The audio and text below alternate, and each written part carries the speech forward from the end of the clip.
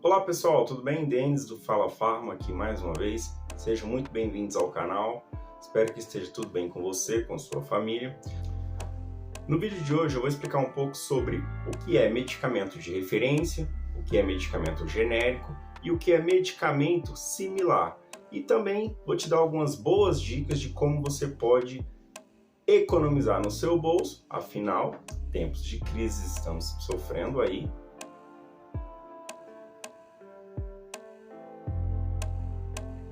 E ainda possa fazer o seu tratamento de forma segura e, ao que realmente importa, coerente. Roda a vinheta, bora pro vídeo.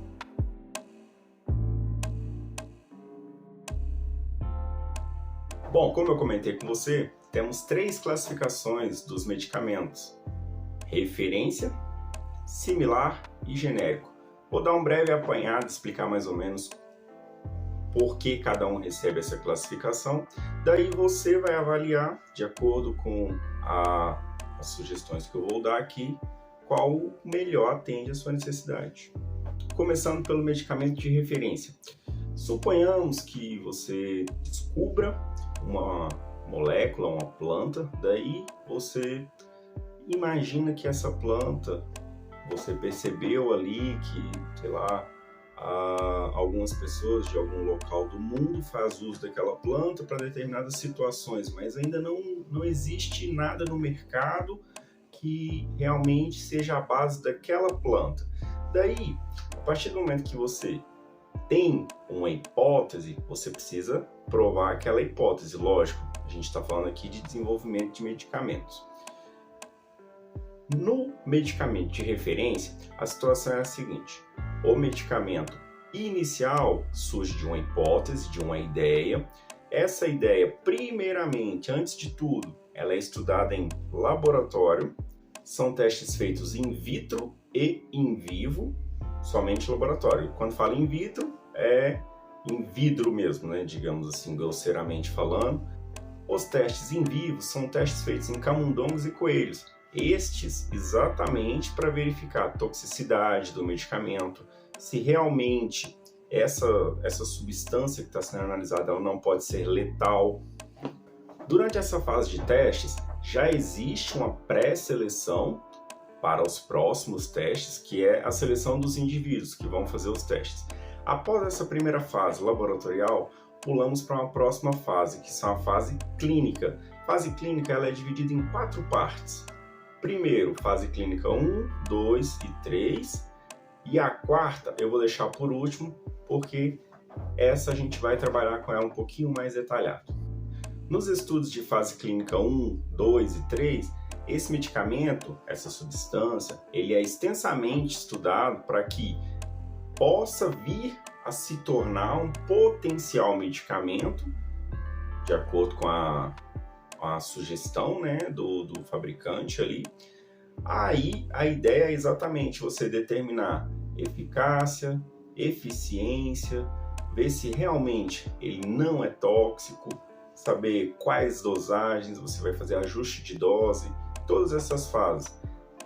Entre fase laboratorial, fase clínica, fase 1, 2 e 3, em média 10 anos de estudos. Após a fase clínica nível 3, esse medicamento ele já pode ser submetido ao INPI, Instituto Nacional de Propriedade Intelectual. Esse é quem realmente vai determinar a patente do medicamento, juntamente com a Anvisa, no caso, falando de Brasil. Outros países existem também os órgãos reguladores, como por exemplo a FDA nos Estados Unidos, a EMEA na Europa.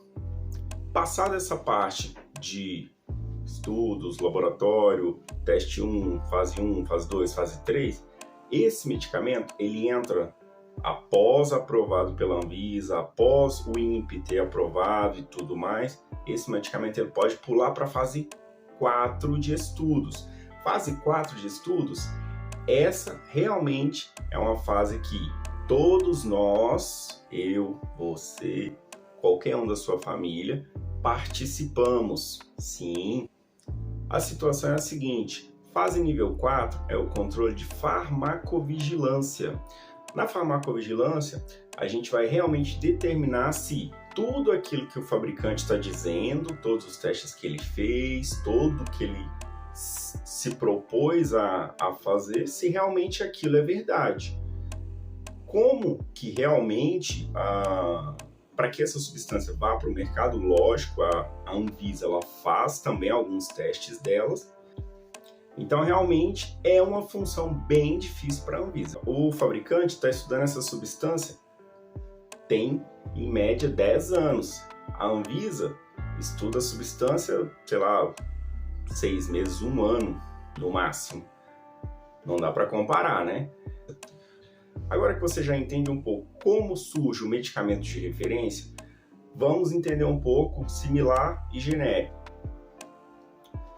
Esse medicamento, ao entrar no mercado, ele entra com um nome comercial. Geralmente, a patente é segurada em média 10, 15 anos, depende do tempo de estudo, depende do tempo que foi remetido ao INPE, depende de algumas avaliações, mas em média 10, 15 anos, esse fabricante tem da patente. Daí, a partir do momento que essa patente ela cai, qualquer outro fabricante pode criar medicamentos genéricos àquele que está no mercado ou medicamentos similares àquele. Bora entender qual a diferença de um para o outro. Medicamento genérico, por lei, ele não pode vir com o nome comercial, ele tem que ter apenas o nome da substância. E ele vem com essa tarjinha aqui, ó, a tarjinha do genérico. Também é lei, todo medicamento precisa vir com essa tarjinha, caso seja listado na Anvisa como genérico. Obrigatoriamente, o preço dele cai muito, pois não é necessário você fazer tanta propaganda. Se você for ver, essas grandes empresas, elas não têm, de certa forma, uma propaganda, o genérico da dipirona laboratório tal. Não existe essa propaganda. Agora você vê a mesma propaganda da Novalgina, por exemplo, que também é dipirona. Todos os genéricos que entram no mercado, eles precisam passar por 3 testes. E digo mais, não só genérico, tá bom? Para quem acha que similar não passa por teste, tá na hora de se atualizar. Todos os similares precisam passar por testes. Todos os similares, sem exceção. O genérico ele passa por todos os testes de bioequivalência, biodisponibilidade e equivalência farmacêutica. E também tem alguns outros, mas esses são os principais, que realmente vai determinar se a indicação, aquele produto, seja fabricante, qual que esteja apresentando aquele produto, ele vai determinar se realmente aquele produto ele tem aquele composto, aquela concentração ideal. Falando agora do medicamento similar, ele passa pelos mesmos testes que eu citei anteriormente e a grande diferença dele para o medicamento de referência é que ele pode sim ter a fórmula modificada, porém, entenda, quando eu falo fórmula, são apenas compostos inertes, que não alteram a formulação, não vão modificar o efeito do medicamento. Como forma de controlar isso, a Anvisa criou uma lista chamada lista de similares, ou seja, todos os similares que passaram por testes, foram aprovados pela Anvisa, eles entram nessa lista e podem sim ser trocados, no caso vendidos. Se teu médico prescreve um medicamento de referência, você pode trocar pelo similar equivalente, ou seja, ele está na lista, a Anvisa fez os testes, ela determinou, ela está dizendo, aquele medicamento naquela concentração é equivalente a esse medicamento de referência. Então, se eles fizeram bem feito o trabalho deles, ok, podemos confiar. Uma curiosidade, para quem não sabe, muitos similares são mais famosos ainda do que os medicamentos de referência. Um exemplo é o Nelsoro. Um outro exemplo muito famoso também é a medicação Exomex. É um protetor gástrico. Geralmente esse medicamento, ou de referência dele, acaba tendo menos procura do que o próprio Exomex. Justamente porque A indústria farmacêutica, quando ela tem um nome comercial a zelar, nome comercial que eu digo, nome do medicamento, né? Ela tem um nome comercial a ser divulgado, ela faz isso com todas as forças e, consequentemente, pode ser que ele apareça mais do que o próprio medicamento de referência.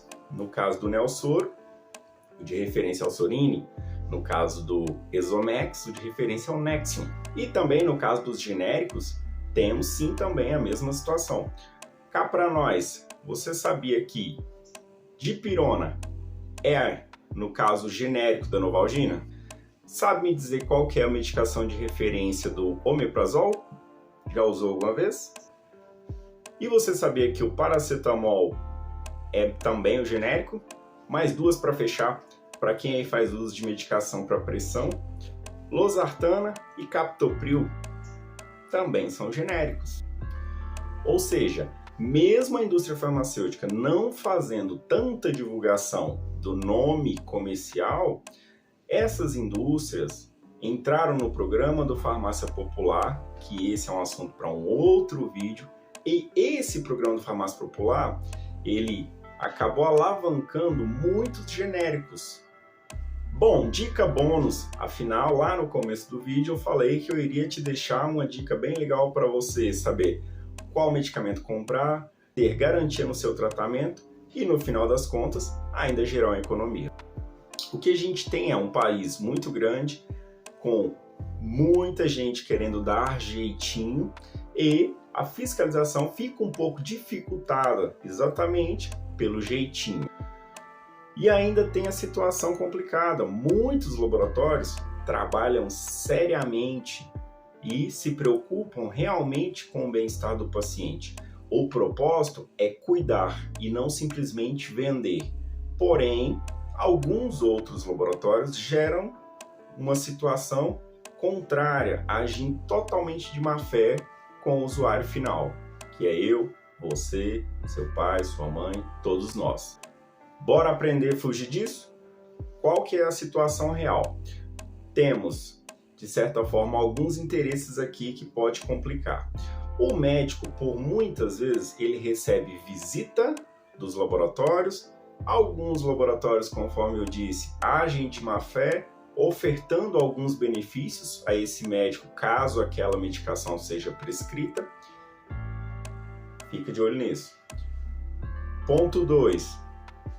Algumas farmácias trabalham com comissão, seja o balconista, seja o farmacêutico, também pode ser que ganhe comissão, não são todas, mas fique de olho nisso também.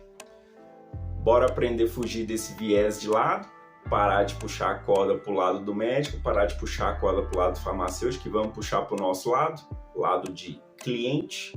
Bom, sugiro para você pedir ao seu médico, toda vez que você pegar uma receita, peguei a receita aqui, vamos usar um exemplo fictício, Novalgina. Seu médico prescreveu Novalgina, olhei essa medicação, você não tem a obrigação de saber se ele é referência, se ele é similar ou se ele é genérico.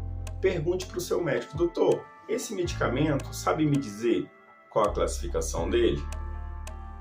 Melhor, se você não quer perguntar dessa forma, peça a ele para te dar mais duas opções. Ele prescreveu Novalgina. Doutor, além da Novalgina, o senhor pode me dar mais duas opções desse medicamento?